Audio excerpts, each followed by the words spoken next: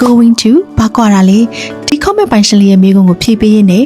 will going to present continuous MSR plus verb ing ဒီသုံးမျိုးရဲ့အတိတ်ကကွာခြားမှုလေးတွေကို focus ထားပြီးတော့ပြပြပေးပါစေသုံးမျိုးစလုံးကိုအနာဂတ်မှာလုပ်မဲ့ action တွေအတွက်သုံးလို့ရပါတယ် will နဲ့ going to ဟာတော်တော်လေးခက်ဆင်ဆင်တူပါတယ် will ရဲ့အသုံးနှုန်းတွေကတော့အများကြီးပေါ့နော်ဒါပေမဲ့ will နဲ့ going to ဘာကွာလဲဆိုပြီးတော့အနှစ်ချုပ်ထုတ်ရမယ်ဆိုလို့ရှိရင်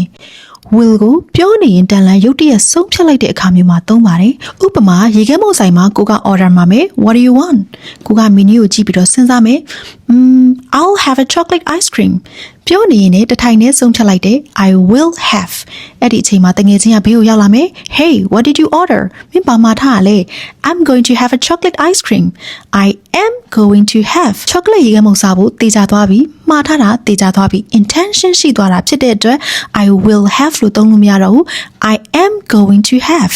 present continuous MSR plus verb ing ကိုအနာဂတ်အတွက်သုံးမယ်ဆိုလို့ရှိရင်တော့ဒီ action ဟာစနစ်တကျ plan ချထားတာဖြစ်ရပါမယ် I have an appointment today I'm meeting my clients at 2 p.m. ဒီနေရာမှာ I will meet လို့သုံးလို့လည်းမရပါဘူး I am going to meet လို့သုံးလို့လည်းမရပါဘူး I am meeting လို့သုံးမှမှန်ပါတယ်စနစ်တကျ plan ချထားတာမလို့ပါWe're celebrating his birthday tomorrow. မနက်ဖြန်သူ့မွေးနေ့ကိုကျင်းပမယ်။မနက်ဖြန်ကသူ့မွေးနေ့လေတခြားရက်မှာကျင်းပလို့မှမရတာ။တေချာ plan ချပြီးတော့စီစဉ်ထားတာဖြစ်တဲ့အတွက် we are celebrating လို့သုံးမှမှန်ပါတယ်။တကယ်မှတ်မိသွားအောင်လို့ကိုပိုင်ဝက်ကြလေးနဲ့စမ်းသုံးကြည့်နော်။ See you next time. Bye bye.